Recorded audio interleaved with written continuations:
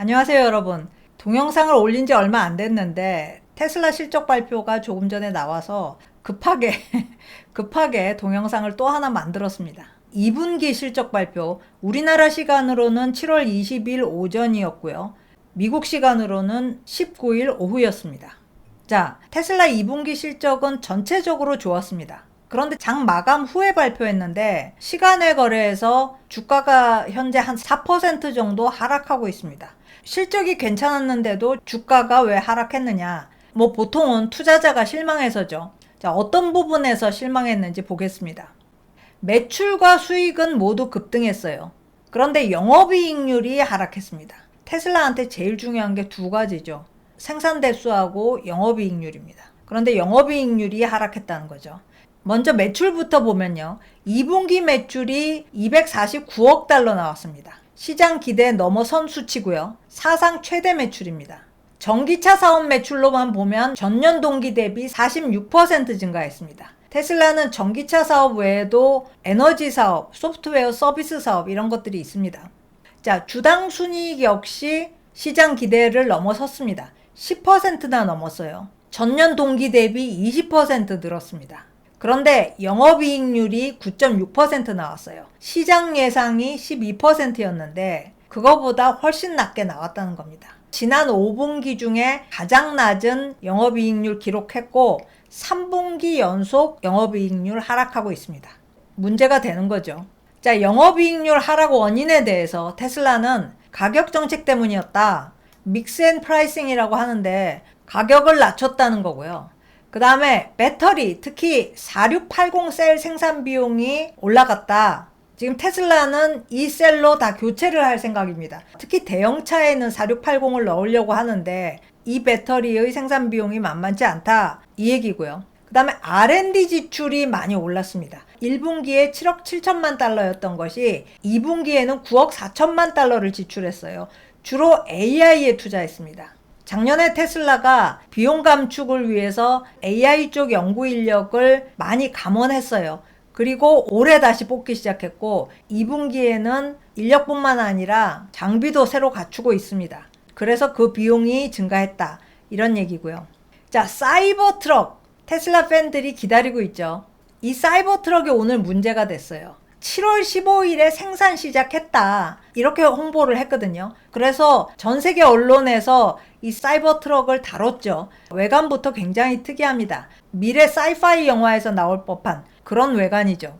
그런데 이번 실적 발표에서 실제로는 생산 아직 안 되고 있다라는 것을 밝혔어요. 현재 생산하고 있는 것은 릴리즈 캔디데이트다. 출시 후보입니다.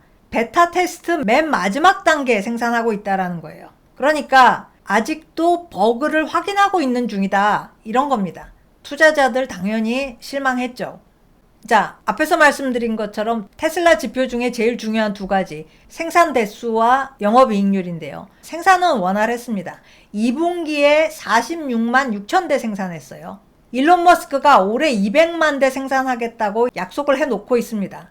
작년에 130만 대 생산했으니까 작년 실적을 훨씬 뛰어넘을 수 있는 거죠. 그런데 2분기에만 46만 6천 대 생산했으니까 올해 전체로 보면 200만 대 불가능할 것 같지는 않습니다. 지금 이렇게 올라가고 있어요. 이 얘기는 오늘 한 얘기가 아니라 일주일 전에 발표한 내용입니다. 이 발표가 투자자들에게는 굉장히 고무적이었죠.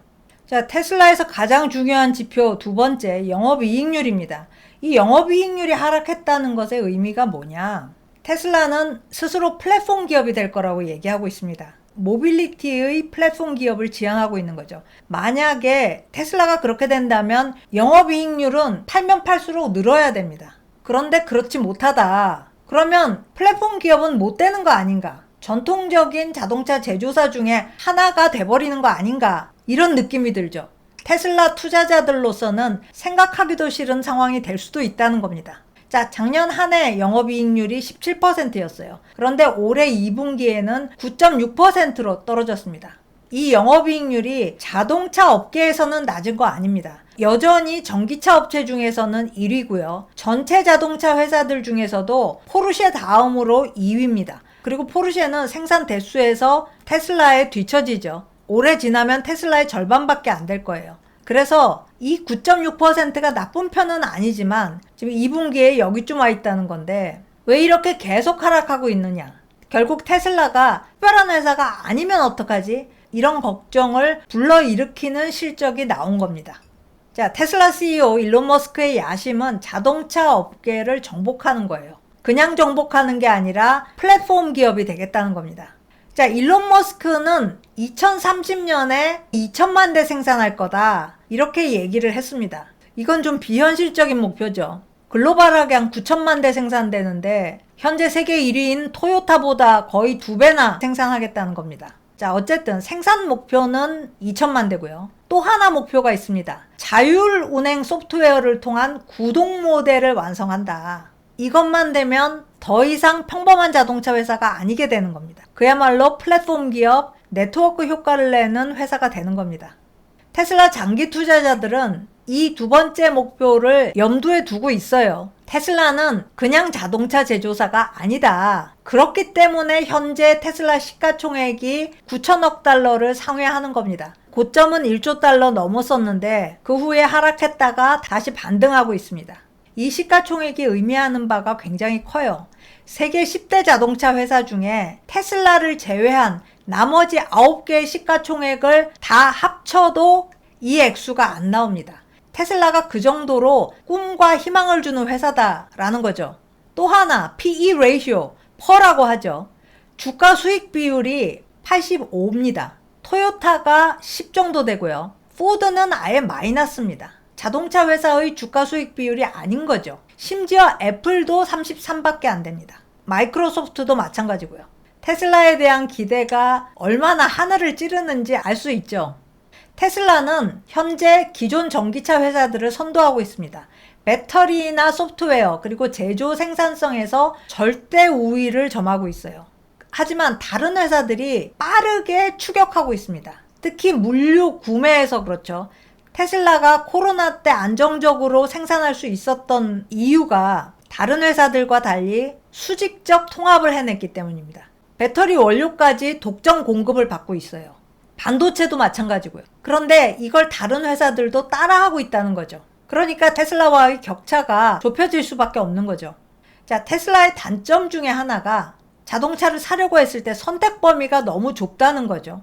그리고 기존 모델들이 나온 지 너무 오래됐습니다. 전기차 모델이 글로벌하게 현재 500개가 넘어요. 그런데 그 중에서 테슬라 모델이 4개밖에 안 돼요. 거기다가 이 4개가 다 잘 팔리는 것도 아닙니다. 모델 3 그리고 모델 Y가 테슬라 전체 출하량의 95%를 차지해요. 그런데 모델 3는 나온 지 6년이나 됐고 모델 Y는 3년 됐습니다. 자동차 업계에서는 구형 모델로 칠만한 거죠. 하지만 이 선택이 몇 개 안 된다는 게 테슬라한테는 강점일 수도 있어요. 효율적으로 생산을 해낼 수 있다는 거. 그래서 영업이익률을 높일 수 있다는 거. 지금까지는 그런 긍정적인 효과를 낸 겁니다. 앞으로는 어떻게 할 거냐? 테슬라가 모델 2를 개발하고 있어요. 한 25,000달러에서 시작되는 모델입니다. 모델 3보다 더 소형인 거죠. 2년 내에 생산하겠다고 하는데 글로벌 판매량은 늘 겁니다. 하지만 소형차일수록 마진이 작기 때문에 더 낮은 마진으로 갈 수밖에 없다. 이런 점이 있고요. 그리고 아까 말씀드린 사이버 트럭. 미국에서 이 픽업 트럭은 굉장히 인기 차종인데 글로벌 시장 규모는 별로 안 커요. 130만 대에 불과합니다. 그래서 출시하더라도 판매 대수가 굉장히 많을 것 같지는 않아요. 그리고 또 테슬라의 특징 중에 하나가 마케팅이나 광고를 별로 안 했습니다. CEO가 연예인보다 더 유명하니까 CEO가 다니면서 광고를 한 거예요. 근데 광고를 안 했다는 게 영업이익률 높이는데 큰 기여를 했습니다. 여기서 판매량을 더 늘리려면 광고를 할 수밖에 없는데 광고를 시작하면 대당 2,500달러에서 4,000달러 광고비 부담이 생길 거다. 그렇게 되면 마진은 더 하락하겠죠. 그리고 올해 효과를 많이 본 가격 인하. 가격을 계속 낮출 수는 없잖아요. 그러니까 가격 인하 효과는 줄어들 수밖에 없습니다. 중국 시장에서 가격 인하 덕분에 2분기 판매가 증가했어요. 1분기 대비 13% 늘었습니다. 그럼에도 불구하고 점유율에서는 하락했습니다. 2%포인트 정도 줄었어요. 그래서 가격 인하로 절대적인 판매량을 늘린다 해도 경쟁으로 인해 잠식되는 부분을 충분히 커버할 수는 없을 거다. 이런 판단이 나오는 거죠. 자, 이렇게 되면 테슬라의 향후 방향은 정해졌습니다. 바클레이즈는 2030년에 영업이익률 14% 정도 달성하고 그리고 600만 대 판매를 한다면 이 정도면 현실적인 목표 아니냐. 테슬라는 이거 달성할 수 있고 또 달성해야 된다. 이렇게 제시를 했어요. 영업이익률도 지금보다 훨씬 올라가야 되고 판매 대수 600만 대도 쉽지 않을 겁니다. 그런데 할 수 있다는 거고요. 또 한 가지 목표도 해야 됩니다. 자율운행 목표. 자율운행 안 하면 지금의 P 레이시오는 유지가 될 수 없죠. 자, 자율운행에 대해서 오늘 일론 머스크가 슈퍼컴퓨터 도소에 향후 1년간 10억 달러 이상 투자하겠다. 이렇게 얘기를 했습니다. 슈퍼컴퓨터는 테슬라 AI를 훈련시키기 위해서 필요한데요. 투자자 데크에서 질문이 나왔어요. 대형 언어 모델 LLM 훈련하는 데는 그 정도로 돈 안 드는 것 같던데 투자비 너무 많이 쓰는 거 아니냐. 대형 언어 모델, 요즘 생성형 AI가 쓰는 모델이죠. 여기에 대해서 일론 머스크가 이렇게 대답을 합니다. 그 대형 언어 모델이 그렇게 탁월하다면 왜 그 사람들이 자율차를 만들지 않을까? 이유는 간단하다. 자율차 만들기가 생성형 AI 만드는 것보다 훨씬 더 어렵기 때문이다. 그러니까 이 정도 투자비 집행해야 된다. 이런 말입니다. 그런데 일론 머스크가 제시하는 로봇택시 벌써 6년 된 얘기예요. 그런데 이제 투자를 본격화하겠다. 이렇게 얘기를 하니까 투자자들은 실망할 수밖에 없는 거죠.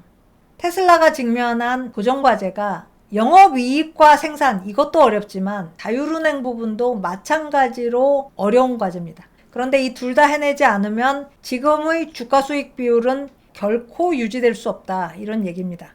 자, 오늘 스캔 여기까지입니다. 고맙습니다.